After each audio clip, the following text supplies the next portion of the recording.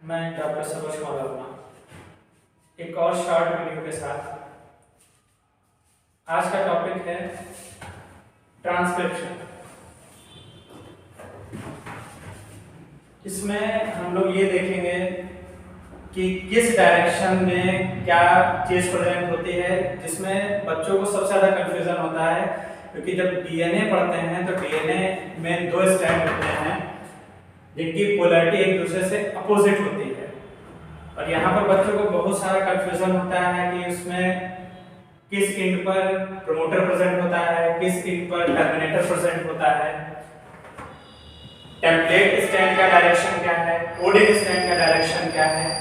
ये काफी सारे क्वेश्चंस हैं जिनमें बहुत सारा कंफ्यूजन रहता है बच्चों को कि इसको कैसे हम याद करें कि टेम्पलेट स्टैंड का जो डायरेक्शन है वो क्या होता है, कोडिंग स्टैंड का डायरेक्शन क्या होता है, किस एंड पर प्रमोटर प्रेजेंट होता है, किस एंड पर टर्मिनेटर प्रेजेंट होता है। पहले तो ये क्वेश्चंस हैं।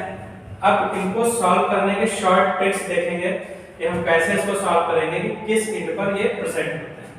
पहली चीज तो ये समझ लीजिए कि ट्रांसक्रिप्शन क्या होता है। जैसे आप लोगों ने पढ़ा होगा कि ट्रांसक्रिप्शन एक ऐसी प्रोसेस है जहां पर डीएनए से आरएनए का बनना होता है, यानी डीएनए से आरएनए में कन्वर्जन ट्रांसक्रिप्शन कहलाता है। इस ट्रांसक्रिप्शन में 3 रीजन्स होते हैं, इन्हीं रीजन्स को हमें पढ़ना है। ट्रांसक्रिप्शन में जो 3 रीजन होते हैं, पहला प्रमोटर, दूसरा स्ट्रक्चरल जीन, तीसरा टर्मिनेटर। अब इस डीएनए स्ट्रैंड को देखते हैं। डीएनए स्ट्रैंड में 2 स्ट्रैंड होते हैं, आपको पता है कि डीएनए जो होता है वो डबल स्ट्रैंडेड होता है। तो डबल स्ट्रैंड का मतलब यहाँ पर 2 स्ट्रैंड प्रेजेंट होते हैं। एक स्ट्रैंड को बोलते हैं टेम्पलेट स्ट्रैंड और दूसरे को बोलते हैं कोडिंग स्ट्रैंड। अब यहाँ कितना इजीली हम लोग देख सकते हैं कि टेम्पलेट स्ट्रैंड का जो डायरेक्शन है वो क्या होता है। तो यहाँ पर देखने मिलता है, ये लिखा हुआ है टेम्पलेट। टेम्पलेट का जो स्टार्टिंग वर्ड है वो होता है टी, और आपको पता है टी से ही होता है 3। टी से ही होता है 3। तो इसका डायरेक्शन जो स्टार्ट होता है वो बेटा स्टार्ट होता है 3 डैश, यानी 3 डैश टू 5 डैश। ये क्वेश्चन आपका सॉल्व हो गया कि टेम्पलेट स्टैंड का जो डायरेक्शन होता है वो क्या होता है, टी फॉर टेम्पलेट, और टी से होता है 3। तो 3 डैश टू 5 डैश। और जो इसके अपोजिट बचेगा वो होगा कोडिंग स्टैंड। तो ये अगर 3 डैश टू 5 डैश है तो कोडिंग स्टैंड होगा 5 डैश टू 3 डैश।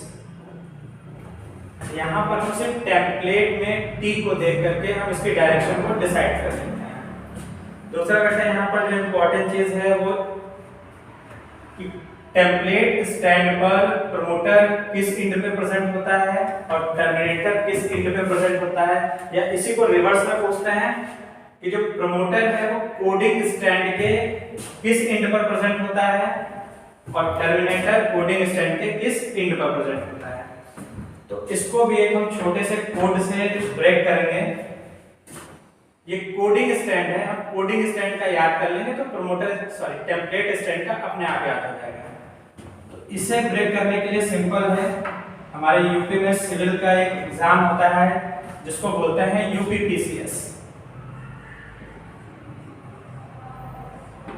इसके थ्रू हम इजीली सॉल्व कर सकते हैं कोडिंग स्टैंड के किस एंड पर प्रमोटर पाया जाता है और किस एंड पर टर्मिनेटर पाया जाता है। तो यहाँ पर बेटा देखेंगे यूपीपीसीएस। तो यहाँ पर एक क्वेश्चन और आपसे आता है कि अप स्ट्रीम और डाउन स्ट्रीम जैसे वर्ड है एनसीईआरटी में, जो पूछे जाते हैं कि अप स्ट्रीम किधर पाया जाता है और डाउन स्ट्रीम किस साइड पाया जाता है। तो यहाँ पर यूपीपीसीएस में जो यू है, यू का मतलब होता है अप स्ट्रीम, यू का मतलब होता है अप स्ट्रीम। पी का मतलब यहाँ पर है प्रमोटर से, पी का मतलब है प्रमोटर, और पी से होता है 5, पी से होता है 5 मतलब 5 इंट। तो यहाँ पे जो दूसरा पी दिया गया इसका मतलब होता है 5 का मतलब 5 इंट। फिर दिया है सी एस, CS का मतलब होता है बेटा कोडिंग स्ट्रैंड, यानी कोडिंग स्ट्रैंड के 5 एंड पर प्रमोटर प्रेजेंट होता है और इसी को बोलते हैं अपस्ट्रीम। आपने एक साइड का अगर इसको देख लिया तो दूसरे साइड में इसका जस्ट अपोजिट होता है। अगर यहाँ पर अपस्ट्रीम है तो यहाँ पर बेटा होता है डाउनस्ट्रीम। डाउनस्ट्रीम जो आपसे पूछा जाता है, तो डाउनस्ट्रीम जो प्रेजेंट होता है वो कोडिंग स्ट्रैंड के 3 डैश एंड पे प्रेजेंट होता है और इसका अपोजिट अगर पूछते हैं डाउनस्ट्रीम टेम्पलेट स्ट्रैंड के किस एंड पे प्रेजेंट होता है तो प्रेजेंट होता है 5 डैश एंड पे। आप एक को याद कर लेंगे, इसके जस्ट अपोजिट दूसरा अपने आप क्लियर हो जाएगा, आपको याद करने की जरूरत नहीं है। कंफ्यूजन जब होती है जब आप दोनों को कंपेयर करके पढ़ते हैं। आप कंपेयर ही मत करें, एक स्टैंड पे सारा क्लियर पढ़ लें, उसके जस्ट अपोजिट दूसरा प्रेजेंट होगा। जैसे एक सिंपल सी चीज हमने अभी पढ़ा कि जो प्रमोटर जीन होता है वो 5 डैश एंड पे पाया जाता है और कोडिंग स्टैंड पे पाया जाता है। अगर कोडिंग स्टैंड पे प्रमोटर 5 एंड पे पाया जा रहा है तो इसके जस्ट अपोजिट टेम्पलेट स्टैंड पे ये प्रमोटर 3 डैश एंड पे पाया जाएगा। आप आसानी से इन क्वेश्चंस को सॉल्व कर सकते हैं। दूसरा यहाँ पर जो एक इम्पॉर्टेंट चीज पूछी जाती है इसका डायरेक्शन, कि जो ट्रांसक्रिप्शन स्टार्ट होता है वो किस साइट से स्टार्ट होता है। तो ट्रांसक्रिप्शन जो स्टार्ट होता है वो टेम्पलेट के 3 डैश एंड से स्टार्ट होता है। जिस साइट पर प्रमोटर होगा टेम्पलेट स्टैंड पर जिस साइट पर प्रमोटर प्रेजेंट होगा वहां पर साइट होगी ट्रांसक्रिप्शन स्टार्ट करने का। ये क्वेश्चन उसके बाद में देखेंगे। एक यहाँ पर आता है द डायरेक्शन ऑफ पॉलीमराइजेशन। ये क्वेश्चन बहुत अच्छा बनता है कि पॉलीमराइजेशन की जो डायरेक्शन है वो क्या होती है। तो यहाँ पर बेटा देखिए टर्म भी दिया है पॉलीमराइजेशन।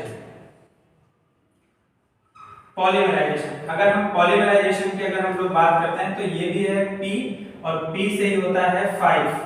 तो यहाँ पर पॉलीमराइजेशन की जो डायरेक्शन भी है बेटा होती है 5 डैश टू 3 डैश। यहाँ पर शब्दों से ही हम उसके आंसर को डिकोड कर लेंगे। तो पॉलीमराइजेशन किसके हेल्प से होता है, क्योंकि यहाँ डीएनए से आरएनए बन रहा है। ये ध्यान रखिएगा कि जब ट्रांसक्रिप्शन होता है तो ट्रांसक्रिप्शन में डीएनए से आरएनए बनता है। तो यहाँ पर जो एंजाइम यूज होता है वो starting DNA dependent RNA polymerase. काफी कंफ्यूजन होता है, वहां पर क्वेश्चन दिए होते हैं DNA dependent RNA polymerase, RNA dependent DNA polymerase, ऐसे शब्द दिए होते हैं। आप बिल्कुल भी कंफ्यूजन मत हो। ट्रांसक्रिप्शन में आप याद रखिए कि ट्रांसक्रिप्शन में डीएनए से आरएनए बनता है। तो यहाँ पर जो एंजाइम होगा वो होगा डीएनए डिपेंडेंट आरएनए पॉलीमरेज। आप इस तरीके से ट्रांसक्रिप्शन के बहुत सारे क्वेश्चंस को सॉल्व कर सकते हैं इजीली इस शॉर्ट टेक्स्ट से। धन्यवाद।